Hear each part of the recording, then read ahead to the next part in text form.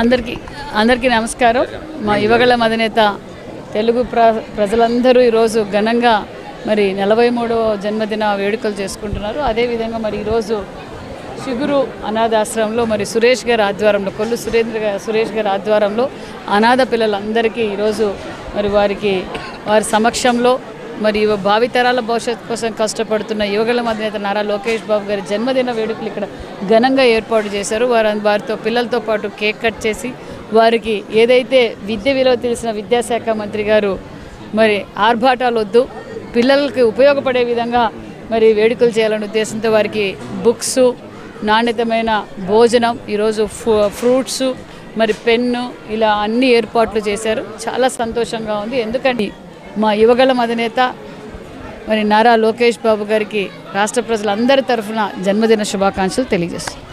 సారథి కార్యకర్తల సంక్షేమం అనేది సృష్టికర్త, తాతకి తగ్గ మనవడు, తండ్రికి తగ్గ తనయుడు ఈ రోజున నారా లోకేష్ గారు 43వ జన్మదినాన్ని పురస్కరించుకొని రాష్ట్రం మొత్తమే కాకుండా దేశంలో కూడా అందరూ కూడా ఆయన అభిమానులు కోలాహలంగా సేవా కార్యక్రమాలు నిర్వహించడం మన అందరం చూస్తూనే ఉన్నాం.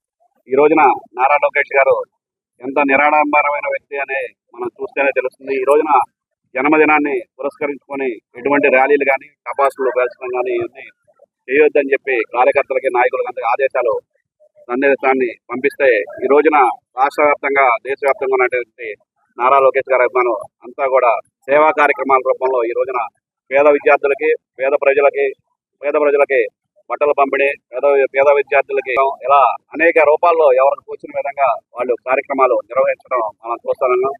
ఈరోజు యువ తేజం, తెలుగు జాతికి భవిష్యత్ ఆశా కిరణం శ్రీ నారా లోకేష్ బాబు గారి 43వ జన్మదిన వేడుకలు ప్రపంచవ్యాప్తంగా కూడా జరుగుతూ ఉన్నాయి. వ్యక్తికి ఇంత పెద్ద ఎత్తున జన్మదిన వేడుకలు జరపడం అంటే దాని వెనుక ఒక చరిత్ర, కారణం ఉండాలి. కారణ జన్మలకు మాత్రమే అలాంటి అవకాశాలు వస్తాయి. ప్రాంతానికో, ఒక రాష్ట్రానికో, లేదా ఒక కులానికో పరిమితం అయ్యేటువంటి నాయకత్వం ఉండేటువంటి ఈ రోజుల్లో ప్రపంచవ్యాప్తంగా కూడా ఇంత పెద్ద ఎత్తున ఈ జన్మదిన వేడుకలు జరుపుకొని నిండు ఆరోగ్యంతో నిండు నూరేళ్లు కూడా జీవించాలి అని ప్రజలందరూ కూడా పెద్ద ఎత్తున భక్తి శ్రద్ధలతోటి ఇష్టదైవాలకు మొక్కులు తీర్చుకుంటున్నారు. అంటే అనాథ ఆశ్రమాలకెళ్ళి అన్నదానాలు చేసి, అదేవిధంగా మహిళలకి పెద్ద ఎత్తున చీరలు, సారెలు పంపిణీ చేసి. ఈ వీడియో మీకు నచ్చినట్లయితే లైక్ కొట్టి షేర్ చేసి మా వైకే టీవీ ఛానల్ని సబ్స్క్రైబ్ చేయండి.